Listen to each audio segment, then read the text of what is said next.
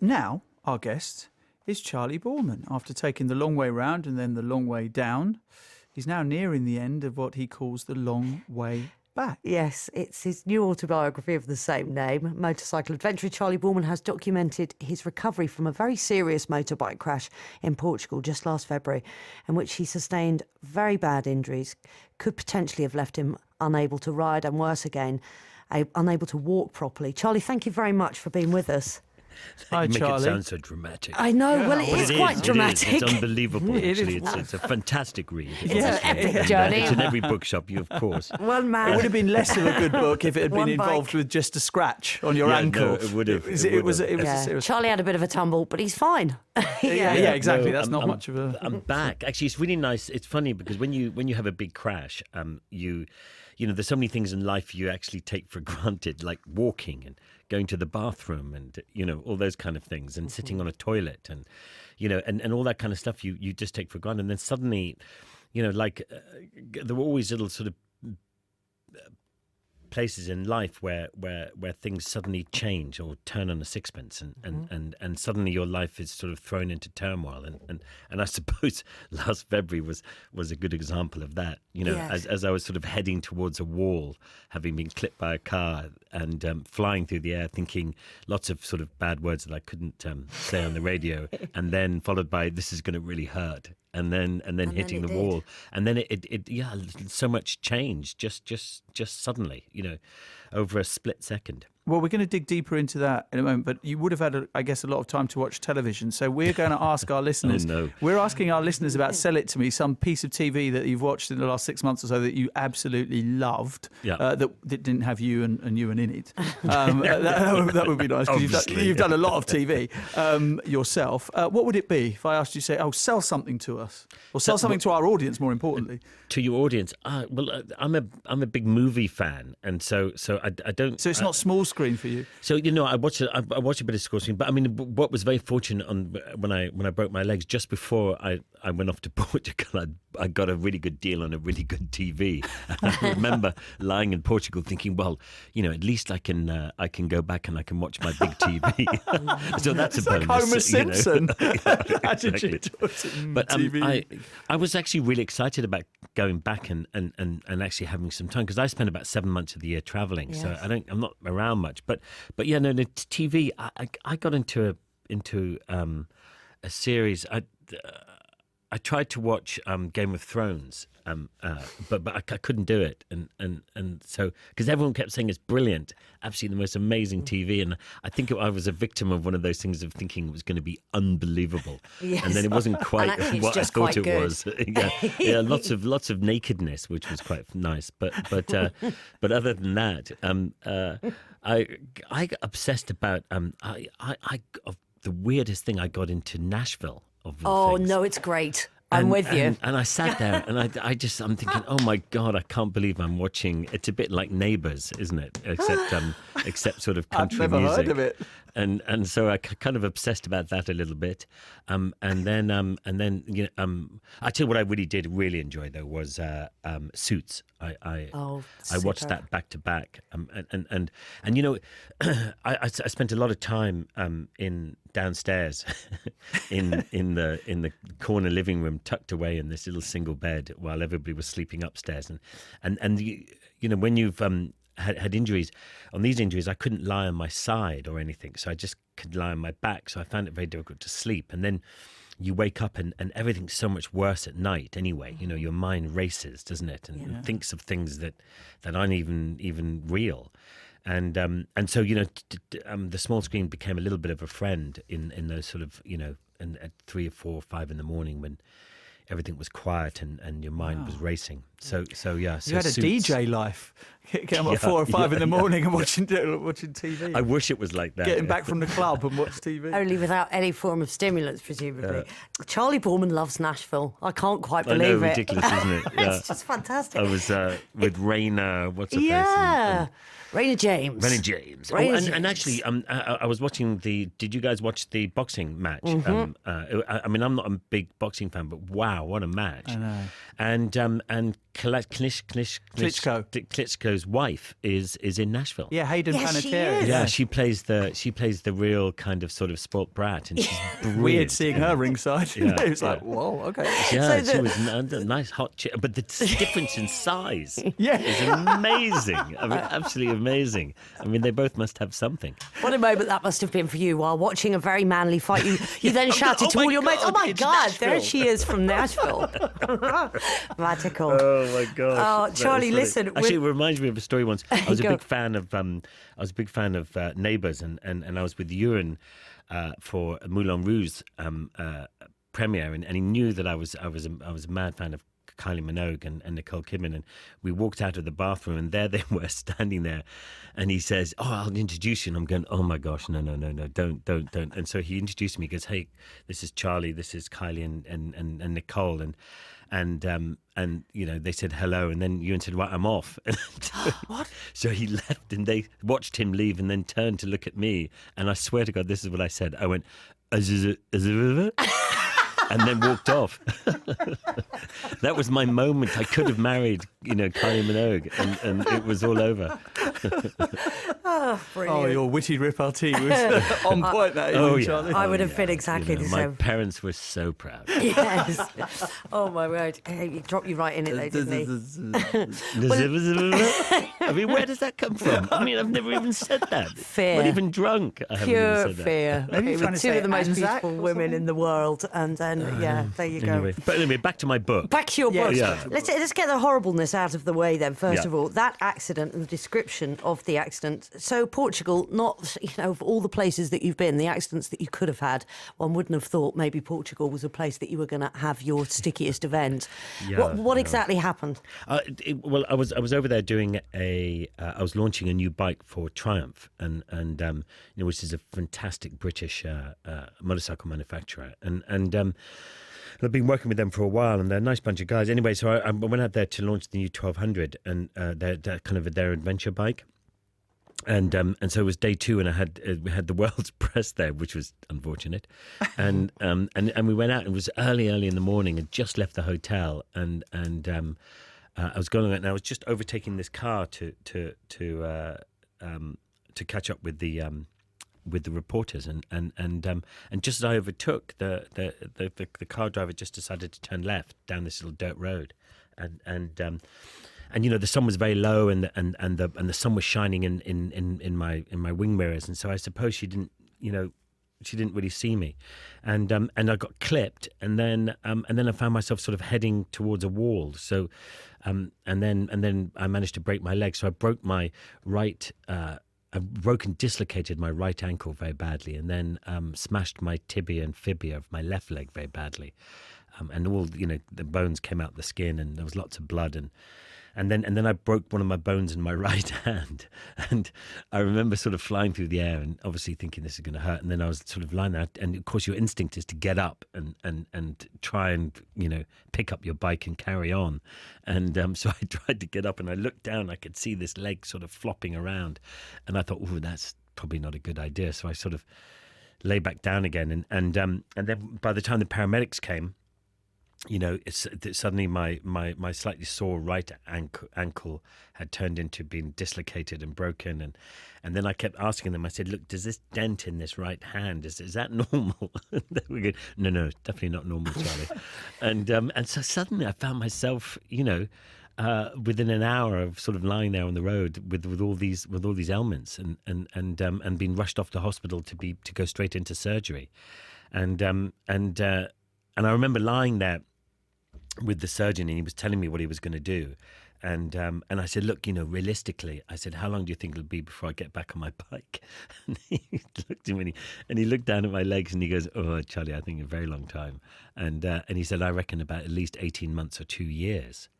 And I was like, are you kidding? And it was suddenly, I think, at that point that I realized that, I really was quite badly injured. Up until that point, I was sort of in denial, I think. Mm-hmm.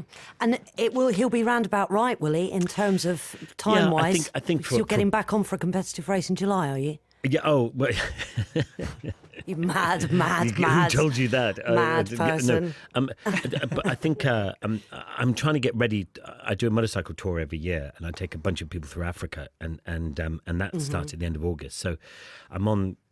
Everything's sort of focused for strength and everything to sort of get back for that. But having said that, a couple of days ago I just had my 10th operation on my legs. So I had a couple of bolts that seemed to be working their way out of my body, just below my knee, and so they had to come out. And in actual fact, I'm walking much better now. So it's kind of freed up the shin. How have you managed the pain? Because there'd be an awful lot of people that will be on, a packet of ibuprofen a day at this stage or more. At the beginning, you are. Actually, one of the best pain reliefs was taking paracetamol on a regular basis. If you took it every 4 hours, it really helped the pain. But a lot of the pain was this cage that they put around my leg. So when I got back to England, they put this big external frame around my leg and had all these wires going through the leg holding it together, and so just lying down and if you didn't get your leg in the right position, it would really pull at the wires and it was just so damned uncomfortable and so that was that. But I suppose that's all part and parcel of that recovery and. The hardest part of it all is just lying in bed for day after day after day, and then ending up in a wheelchair, and then trying to learn to walk again. Those were the hard things. What's the balance of seeing the motorbike as a friend, something that you love, and then something that can potentially kill you, and you start to forget that it's something that potentially can kill you the closer you get to it and the more time you spend with it, and it not hurting you. And then something like that happens in Portugal, and then how does it affect the relationship you have with your bike? Well, a friend of mine, a girlfriend of my wife and I's, she put it brilliant. She said, Charlie, I'm guessing it's a bit like childbirth. He said that if you could really remember all the pain, you'd never do it again. And so I said, gosh, actually, you're absolutely right. It's a brilliant analogy. But I think for me, there was never a question about getting back on the bike. It was just when, really. And so the relationship hasn't changed at all. Not at all. No, not really. I remember quite early on, I managed to get on my wife's moped because I could fit the cage around. I could fit the cage in the moped. What is it with your family and two wheels? I know. There are four-wheeled vehicles that have been created for over a century now. But that's horses came first, though, didn't they? So correct. So I used to race around on that, and people would stop me on the street and they go, "Hey, Charlie, what, you want a moped?" And I would just push back. My wife's got this kind of blanket thing over the scooter, and I would just pull the blanket back, and there was this horrific cage sitting there. And go, "Oh, I see. I understand now why you're on the bicycle, on the moped." I'm sure their facial expressions changed quite noticeably at that point. But it was interesting because it was interesting how people reacted to you as well. When I started to be able to sit in a wheelchair, my wife would sort of push me down to the local coffee shop, down in Barnes where I live, and we'd meet people who we knew, and it's funny, without people realizing, they would talk as if you weren't there. So my wife would be pushing the wheelchair, and they go, "So how's Charlie?" Wow. I'm down here. I'm still here. Thank you. And it's interesting the way people react differently to you sitting in a wheelchair, and how inaccessible so much stuff is, and so I really, until you end up in a wheelchair yourself, you don't realize how tough it actually is, to be in a wheelchair bound. It's tough, And it's why people who are campaign vociferously for their rights and to be given full access that all of us enjoy. Yeah, right up to the point where my wife would push me around on the road around Barnes because the pavements were so bumpy and so uncomfortable that it was just easier to be pushed on the road. So there was lots of learning curves. Lots of very funny things. I remember when I decided that I thought, because I could ride the moped before I could drive the car. and I remember thinking, I think I can get in the car, and so I snuck out the house without telling anyone, and came up by the car, and it was parked on the other side of the road. So I got the wheelchair, and I opened the door and managed to get myself into the car, and I had to roll forward slightly to close the door because the wheelchair was in the way. And then I drove off, and I was like, yes, I can do this. This is fantastic. And then I realized that I was thinking, well, how am I going to get out? And I forgot my phone, and so I had to park by the house again and beep for ages. It took ages for my wife to finally come out. And she came out the house, and she was looking at me, and I had my elbow out of the window looking over, and she was saying, "What are you doing in the car?" And I said, "Oh, I'm a bit stuck. You couldn't get my wheelchair, could you?" I'm not doing much. Didn't think that one through, did you? No, not at all. No, there was lots and lots of times like that I didn't think it through. You're listening to Charley Boorman, who's with us, I'm happy to say, for the next 20 minutes. He's talking about Long Way Back, which is his autobiography. And now I was asking you earlier about that relationship with the motorbike. But when you look at the photographs that are in here, including the inside cover of you going down a set of stone steps without a helmet on a motorbike. No, that was 70s. You know, we didn't know better then. Yes. Is that Ireland, by the way? Is that home in Wicklow? Yeah, that's Ireland. I mean, I grew up in Ireland. My father's a film director, a guy called Charley Boorman, and he directed films like Deliverance and Excalibur and Hope and Glory and Emerald Forest and Point Blank. Lots of big movies in the sort of 60s, 70s, 80s, and 90s. And as children, we all lived in Ireland. But whenever he made a movie, we would travel with him to wherever he was going, and then he'd always throw us into his movies because he said, "Why pay for children actors when I've got 4 who are free?" How did he make you sit still in Deliverance? Deliverance was Just to be clear, you're not the guy playing the banjo in definitely Deliverance. not You the just guy want to in the make banjo. that, just want to make that very He's a clear. small child. He's John He's Boyd's innocent. son. Yeah, Yes. John Boyd, and I wasn't, lurking around the bushes either. So it was. Thanks for the clarification. Exactly. Yeah, we don't want to get that wrong. But if anyone's seen the movie, they'll completely understand why. But my father said to me, he said, "Look, Charlie, if you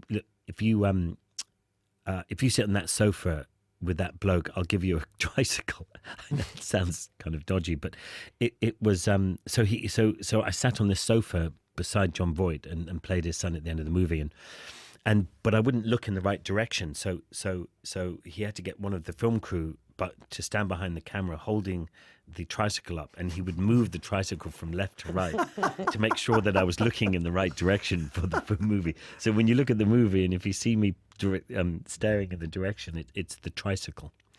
I know. I'm looking at. A terrifying movie. One of the most terrifying movies I think I've ever seen. Yeah, well, your dad has he has a knack for terrifying movies as well as. No, he's an incredible man. I mean, I've had the pleasure of interviewing him. Oh, you have? He's lovely, isn't he? Yeah, absolutely. Yes, he is. You have to say that. Yeah, it's lovely the way you said that, like he was somebody that you sort of slightly know. He's lovely, isn't he? Yeah, that he's John a charming Boorman. chap. He's an absolute delight, and we were chatting to him about his last film called Setback in London. But when you look at all of these photographs, I mean, there's you hanging out with your best mate's Jason Connery, son of course, Sean Connery.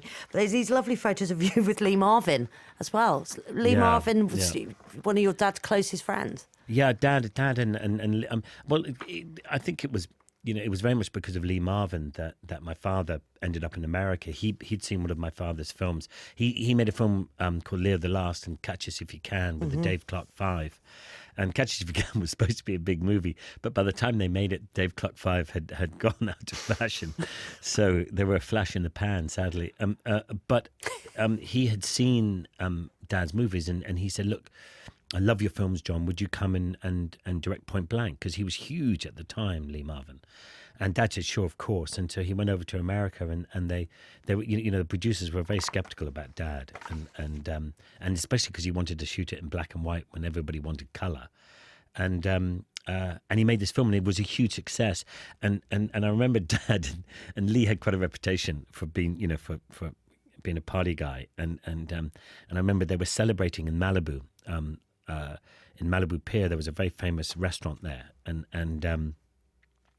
they'd all celebrated, and they were coming out, and Lee was quite drunk, and Dad said, "Look, you're too drunk to drive. Give me the keys, and I'll drive you home." And Lee wouldn't give him the keys, so they had this tussle. Dad stole the keys and ran to the car and locked himself in the front seat. My mum and my 2 older sisters dived into the car, and Lee wouldn't get in the car.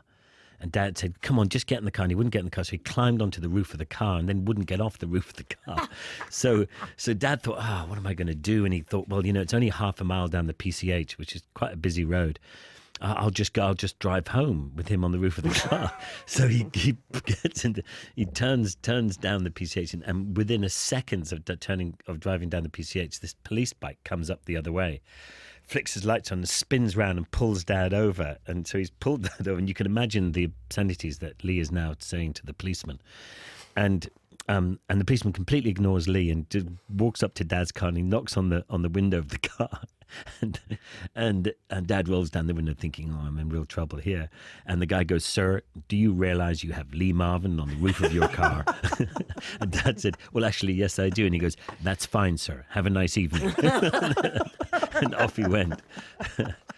So, wow. He was great fun. I mean, he was an amazing man, and he passed away far too early. Yes, indeed. And a World War II veteran, of course. So he was a Marine. So utterly fearless. In that respect. He'd seen the worst that you could see, isn't it? So, he was right in the middle of it, and actually he was in an ambush with his battalion, and him and another guy were the only two who got out. So he'd seen it all.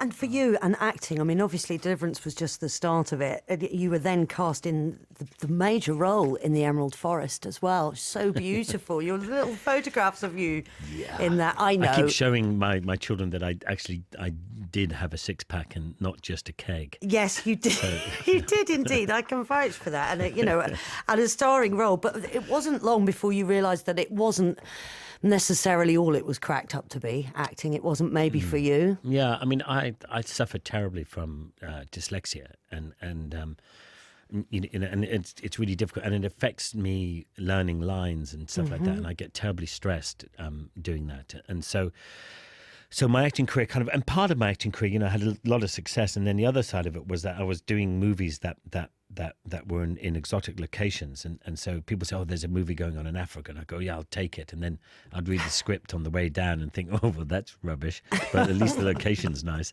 And so my kind of career kind of slowly, not intentionally really, I could blame the dyslexia, but probably isn't, but that kind of went, so I was doing less and less acting and more painting and decorating and doing people's houses up, and that kind of moved into about 10 years. And then I met Ewan on a movie that I was doing. So within that 10 years, I was doing the odd movie, and Ewan and I met on a movie called The Serpent's Kiss, which was supposed to be my comeback movie with Pete Postlethwaite and Greta Scacchi and Richard E. Grant, Ewan McGregor, a cast, and myself. Yeah, and that went straight to the bin. That film.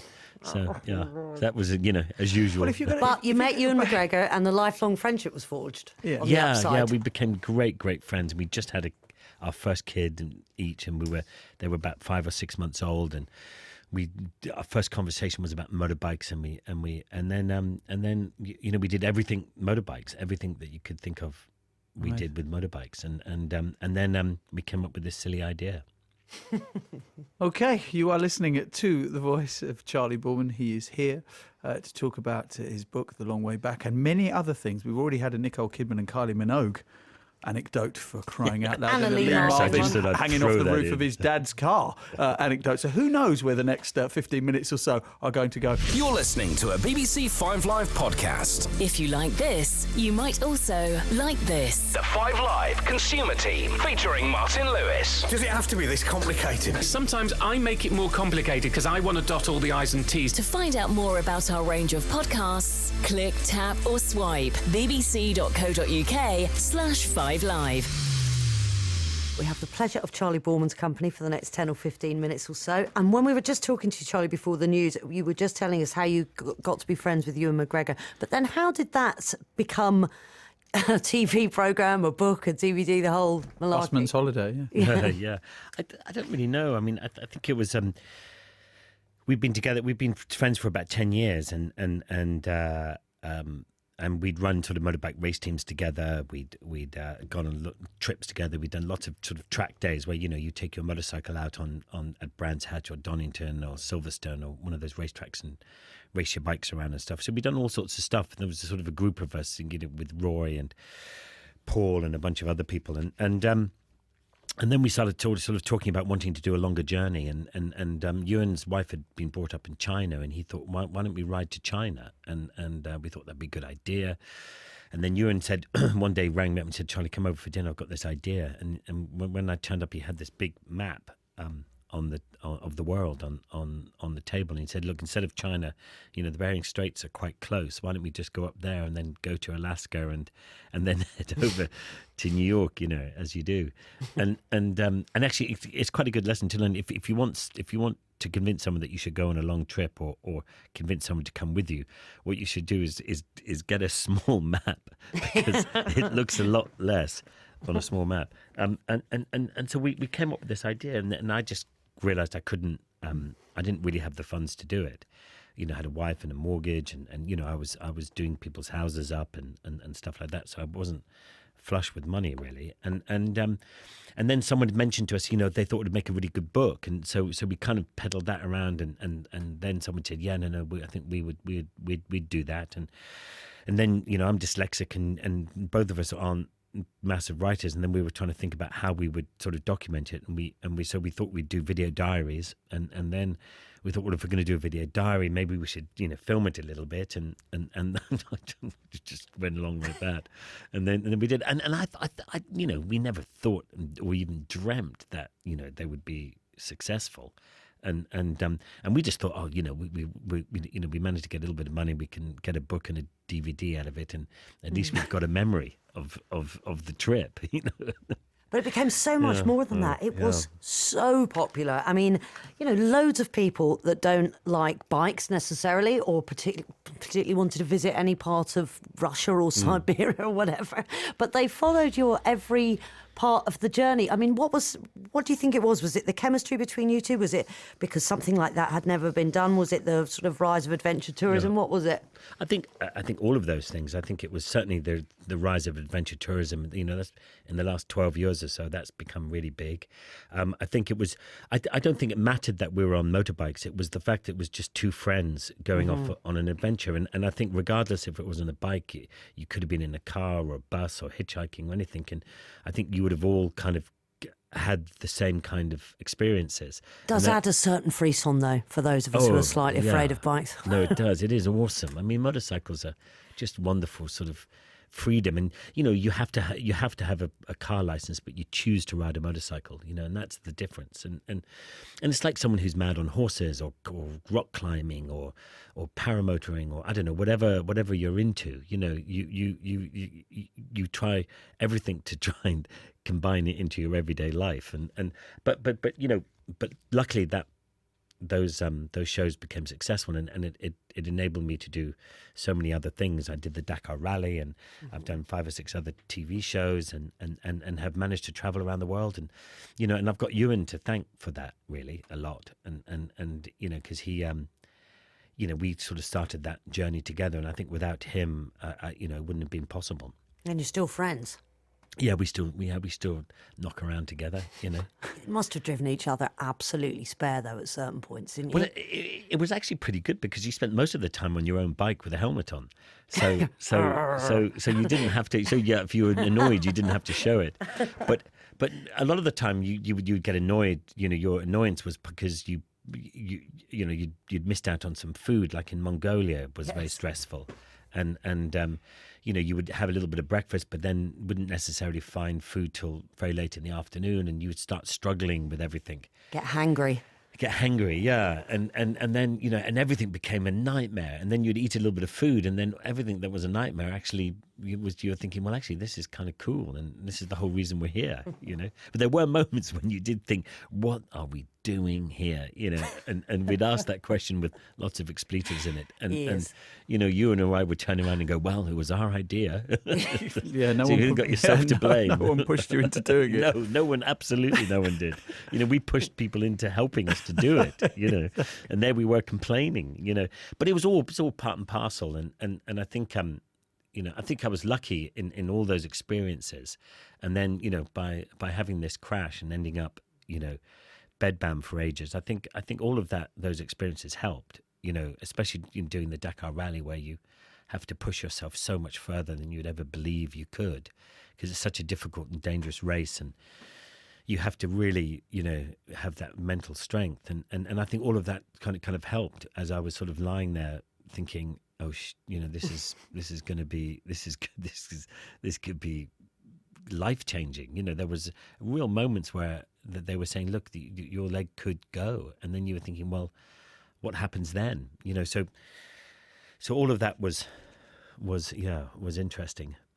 How do you think, Charlie, you're a better person by having spent so much time with Ewan McGregor, and how do you think, I guess, you're a worse person by spending so much time with Ewan McGregor? I don't know.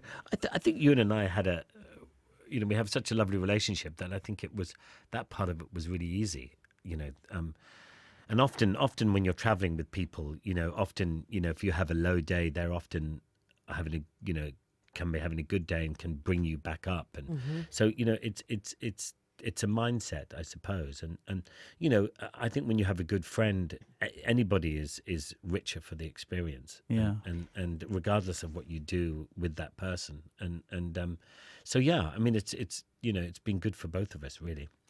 And how do the decisions change when you realise that the decisions you make have an impact on other people? Yeah, because it is dangerous. You go to parts of the world where you're kind of isolated, and things can happen.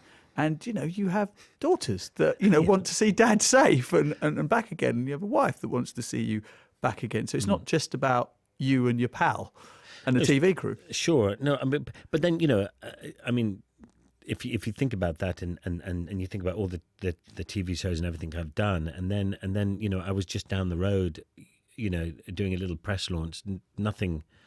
There was no extreme riding. There was nothing there. Is that your justification to your wife? No, not at all. But then suddenly, you've had a huge accident and a huge injury. Then, and in the last place you thought you'd ever have one. You would have think, being in the middle of Mongolia, you would have think, Christ, I mean, I remember one of the crew, Russ, rolled one of the support vehicles. They were about a day behind us, and had a big crash. And I remember ringing them, and we said, right, we're coming over. And they said, well, look, you're 50 miles away. It's going to take a day and a half to get to us.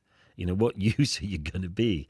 And then I realized that the closest hospital there was 3 days away. There's no air ambulance, no helicopters, no planes, nothing.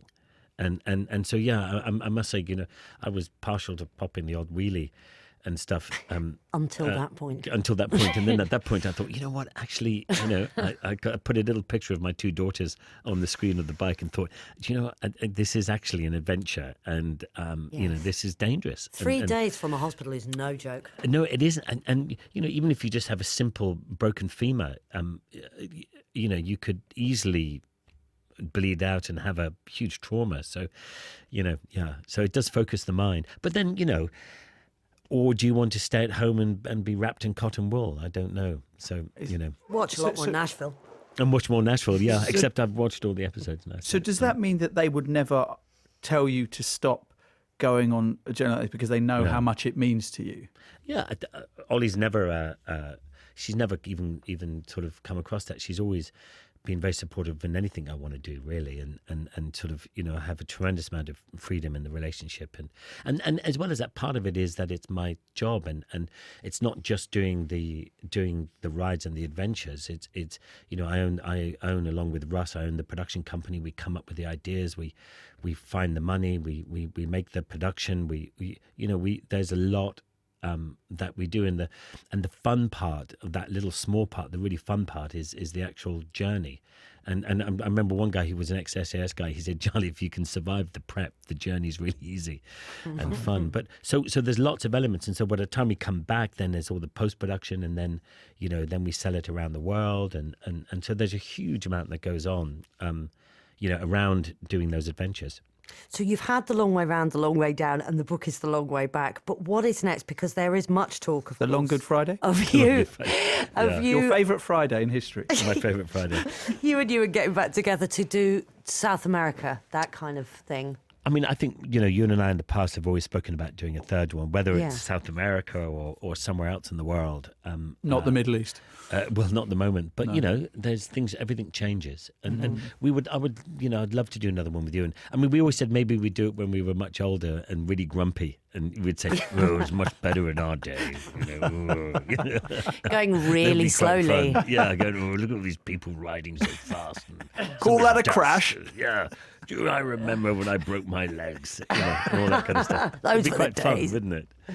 So yeah, I mean, there's always possibilities, and there's so much more to do in life, and I love that. And I had a lot. I lost my sister to cancer quite a long time ago now, and I remember thinking, oh gosh, she died so young and just so out of the blue, really. And I always thought, I don't want to miss out. I don't want to sit there, and if I make it to 80, 90, I don't want to sit there and think, oh gosh, I wish I'd done a bit more. There's so much to do out there. You had your own brush with it, or more than a brush. I mean, you were diagnosed with testicular cancer, weren't you?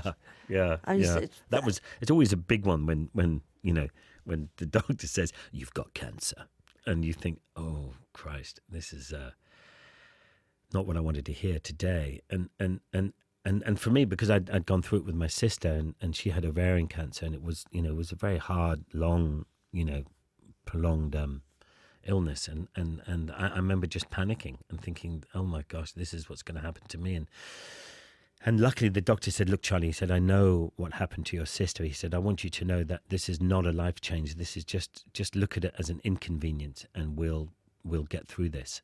And then I remember, because it was because of my dog Ziggy that I found out I had cancer. That's right. And tell us that story.